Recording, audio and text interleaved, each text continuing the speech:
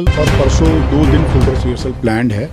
उसमें हम लोग जो 2 दिन समिट के है उसमें जो भी कार्रवाई होनी है उसी का एक रिहर्सल करेंगे। 9 तारीख का रिहर्सल 2 तारीख को हो रहा है और 10 तारीख की कार्रवाई का रिहर्सल 3 तारीख को हो रहा है।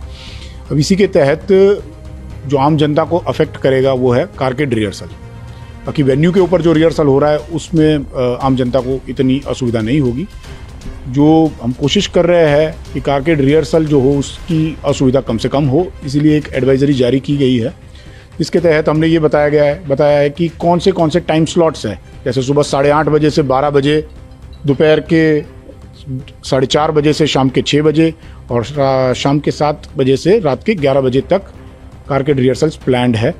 इन टाइम स्लॉट्स में हमने नागरिकों से ये रिक्वेस्ट की है कि कुछ जंक्शंस है और रोड्स है उसको अवॉइड करें, क्योंकि यहीं से कारकेड की मूवमेंट होनी है। रिहर्सल के दौरान हमने ऐसी कोई भी कर्फ्यू वाली स्थिति ना उत्पन्न होनी है, तो अगर ऐसी कोई अफवाह चल रही है तो उसको खारिज किया जाता है। हमने कोई भी बस, कोई भी मेट्रो सर्विस, कोई भी TSR, taxi, cab, private vehicle के ऊपर कोई प्रतिबंध नहीं लगाया है, ना ही नई दिल्ली में ना ही किसी और क्षेत्र में प्रतिबंध लगाया है।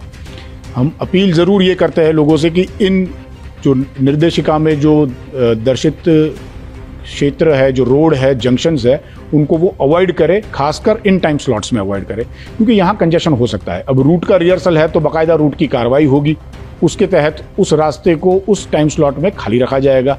क्रॉस मूवमेंट ट्रैफिक का ज़रूर होगा, लेकिन अगर कोई वहाँ रुकना चाहता है, उसी रोड को इस्तेमाल करना चाहता है, तो उसे उस रूट को निकलने तक की वेट करनी पड़ सकती है। तो ये कंजेशन होगा, उस वजह से हमने लोगों से अपील किया है कि इन रास्तों को उन समय में इस्तेमाल ना करें। तो सर, क्या इस दौरान जो आप कारकेड बता रहे हैं उसकी रिहर्सल रहेगी, होटल से पूरा काफिला निकलेगा, कहाँ जाएगा सर? मुख्य तौर पर ये प्रगति मैदान की तरफ जाएगा, तो जो अलग अलग होटल है वहाँ से ही प्रगति मैदान की मूवमेंट है। आप ये समझ सकते हैं कि नई दिल्ली का इलाका और साउथ वेस्ट का इलाका और साउथ का थोड़ा इलाका यही प्रभावित रहेगा। बाकी दिल्ली के कोई क्षेत्र में इस कारकेड रिहर्सल का कोई प्रभाव नहीं होगा। सर, मुख्य तौर पर कौन कौन से ऐसे रूट्स हैं जो आप बताना चाहेंगे जो मुख्य तौर पर प्रभावी रहेंगे? जैसे सरदार पटेल मार्ग है, ये प्रभावी रहेगा। इस पर जो भी जंक्शंस है, जैसे पंचशील मार्ग का जंक्शन है, कौटिल्य मार्ग का जंक्शन है, ये प्रभावित रहेंगे। अकबर रोड है और अकबर रोड के ऊपर जितने जंक्शंस है ये प्रभावित रहेंगे। सी हेक्सागन जो इंडिया गेट के आसपास है वो प्रभावित रहेगा। जो सुब्रमण्यम भारती मार्ग है उसके ऊपर जाकिर हुसैन का जंक्शन है, ये प्रभावित रहेगा। इसके अलावा विंडसर प्लेस है वो प्रभावित रहेगा, जो कि अशोका रोड के ऊपर है। बाराखंबा रोड है, ये प्रभावित रहेगा लेकिन थोड़े समय के लिए रहेगा। प्रेस एनक्लेव रोड है, लाल बहादुर शास्त्री मार्ग है, जोसेफ टीटो मार्ग है। इसके अलावा जो नई दिल्ली के अकबर रोड के जंक्शन है उनका नाम मैं नहीं दोहरा रहा हूँ, लेकिन ये अफेक्टेड रहेंगे। मथुरा रोड अफेक्टेड रहेगा, भैरव मार्ग जो है वो अफेक्टेड रहेगा, राउंड अबाउट कौटिल्य अफेक्टेड रहेगा, शांति पथ के जो जंक्शन है वो थोड़े अफेक्टेड रहेंगे। और इसके अलावा सर परसों का क्या कुछ कार्यक्रम? परसों जो है हम लोग 10 तारीख का रिहर्सल करेंगे, तो उसमें सेंट्रल डिस्ट्रिक्ट का कुछ इलाका प्रभावित रहेगा रिहर्सल से, लेकिन वो मुख्य तौर पर सुबह का जो टाइम स्लॉट है उसी में रहेगा। आज सर ब्रीफिंग भी हमने देखी आपकी तरफ से, ब्रीफिंग जो थी वो ट्रैफिक की ब्रीफिंग पिछले हफ्ते हो चुकी थी। यह शायद आज आपने जो देखी होगी वो सिक्योरिटी की तरफ से ब्रीफिंग थी। उसमें सिक्योरिटी यूनिट जो कार्रवाई करेगा उसके बारे में ब्यौरा दिया होगा अफसर साहिबान ने। ट्रैफिक की तरफ से मैं यही कहूँगा लोगों को कि कोई भी ऐसी अफवाह को हवा ना दे, अफवाह में विश्वास ना रखे।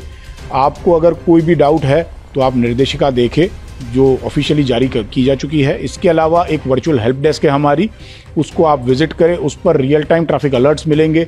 जो कल का रिहर्सल है उसके बारे में वहाँ जानकारी मिल जाएगी। जो हमारा ट्विटर हैंडल है, फेसबुक पेज है, उसे भी आप फॉलो कीजिए।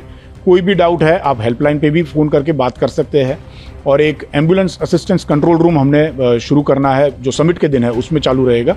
रिहर्सल में ये चालू नहीं रहेगा, लेकिन समिट के दौरान भी उसकी सेवा आप ले। अगर कहीं पे भी आपको जाना है, मेडिकल इमरजेंसी है, अगर आप प्राइवेट इंडिविजुअल है तो आप अपनी प्राइवेट गाड़ी में किसी रिश्तेदार को, दोस्त को हॉस्पिटल ले जाना चाह रहे हैं, कोई आपत्ति नहीं है। आप गाइडेंस लीजिए, आप हेल्प लीजिए। हमारे आदमी मुख्य जंक्शंस पर तैनात है, हमारे आदमी मोटरसाइकिल पर भी तैनात है ग्रीन कॉरिडोर देने के लिए। हम कर्तव्यबद्ध है कि कोई भी मेडिकल इमरजेंसी सेवा को हम अफेक्ट नहीं होने देंगे।